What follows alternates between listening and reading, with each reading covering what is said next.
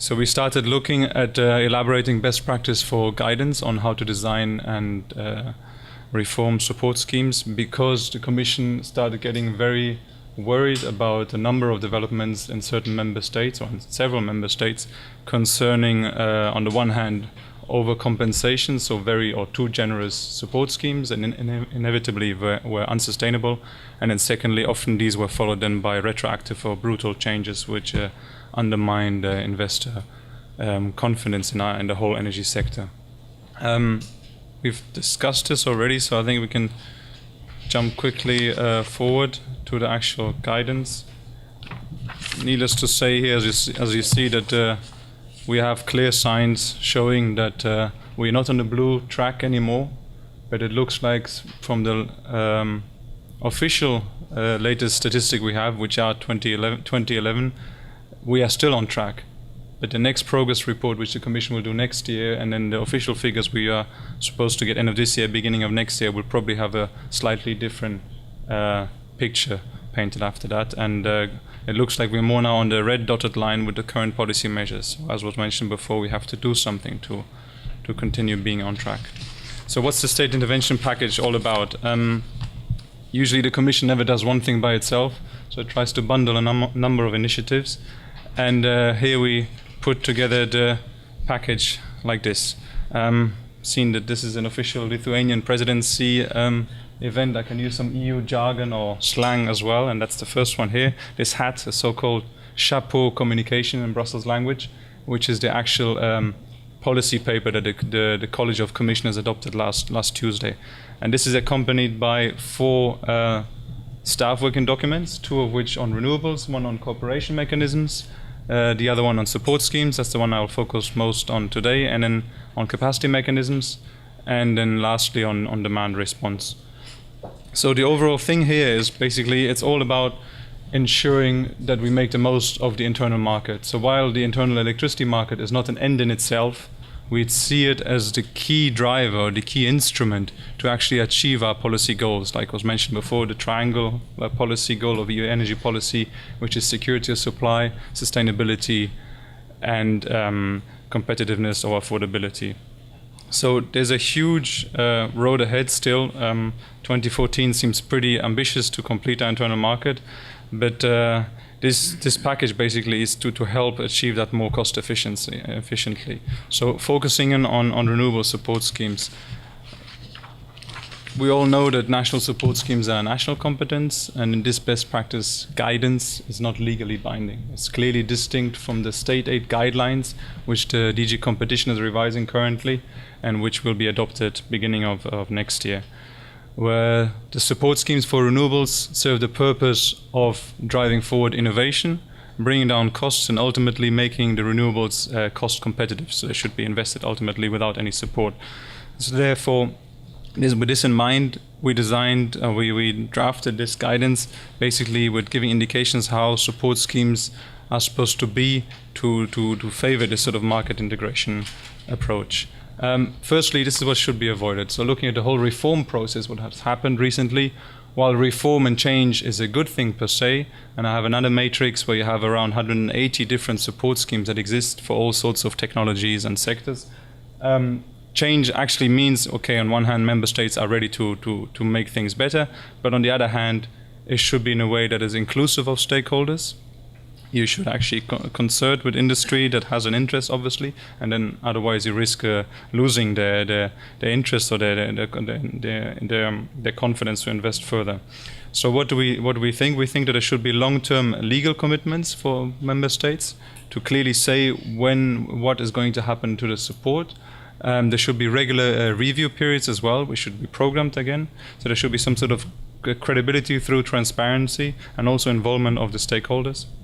And of course, then the whole financing of the scheme should be pretty much based on the polluter pays principle. So try to avoid to finance your support schemes via the public purse, especially now in the current economic crisis. This is just another slide showing different type of uncertainty. Depending on who you ask, you get different colors all over Europe. But the bottom line is there's change and uncertainty to some extent. So then when we turn to the actual support instrument, the Commission is a strong believer in the market and that support schemes should be more and more market-based. In practice, this means that feed-in tariffs should be phased out as technologies mature and as they're able to be exposed to a certain degree of market exposure, of market risk. And therefore, feed-in premium schemes in their various forms or quota schemes are a very good tool to use here, and the Commission advocates that this should be done in that way.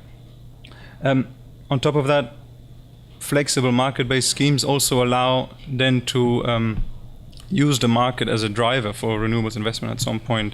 Maybe the emission trading scheme might become a price driver for renewables investment. Therefore, if you have a market-based scheme that actually takes that into account, then this is the best way to then combine the two. But of course, beyond the actual support schemes, you also have to look into the environment in which the renewables are operating. So looking at the actual market structure, the markets and the grids, the networks, everything which we have at the moment, including some of the operators and agencies, were designed for traditional base load power production. And that's a challenge because now we have our targets. We want to have more variable or intermittent renewables. Most investment outside the north and the east of and central Europe are PV and wind, and therefore we need a different framework. We need a different structure of the market.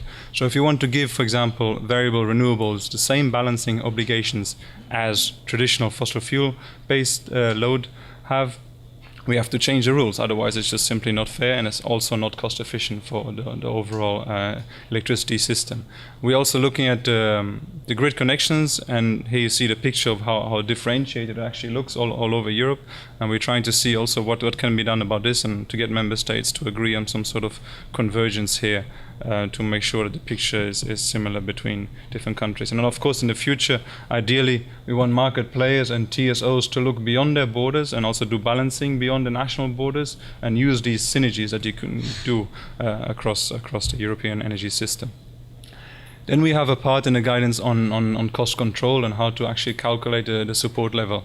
And this is quite a telling graph. I mean, I like it a lot because you can see on the one hand the great overcompensation that took place in the German PV sector. You know, the difference, the white area between the top blue line and then the vertical bars shows how much overcompensation actually took place. But at the same time, you see this tremendous cost reduction which happened here between 2006 and 2013. So from 500 euros per megawatt hour down to around 150 today.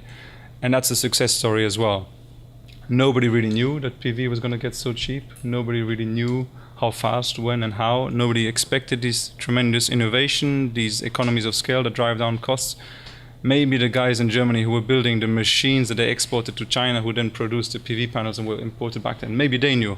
But nobody told the policymakers, and that explains to a certain extent why the tariff didn't follow as fast as the reduction of the cost.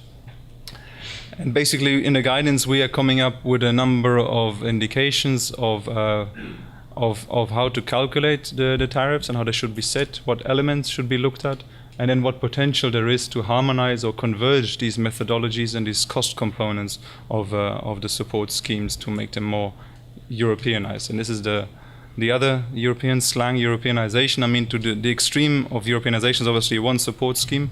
We're looking at it from the current legally possible and pragmatic approach, which is converging the existing national support schemes through integration into the market, and also, of course, using the cooperation mechanisms. That's the other guidance we drew up with, which is cooperation mechanism. The Swedish-Norwegian is actually the only one that exists at the moment.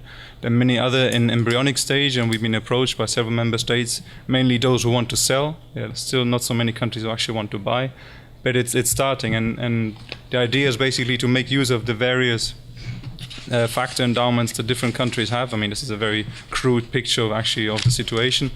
And then engage member states to use one of the three potential cooperation mechanisms that exist already now in today's Renewables Directive. So the simplest form is a statistical transfer, whereby it's just a bilateral contract between two member states to decide that you produce in country A, country B finances, and in country B simply gets a statistical transfer. So no actual physical flow of electricity. And then the other one is a joint project, for example, in the offshore. That's an area where possibly a joint project could be working. And then the Swedish-Norwegian example is a joint support scheme.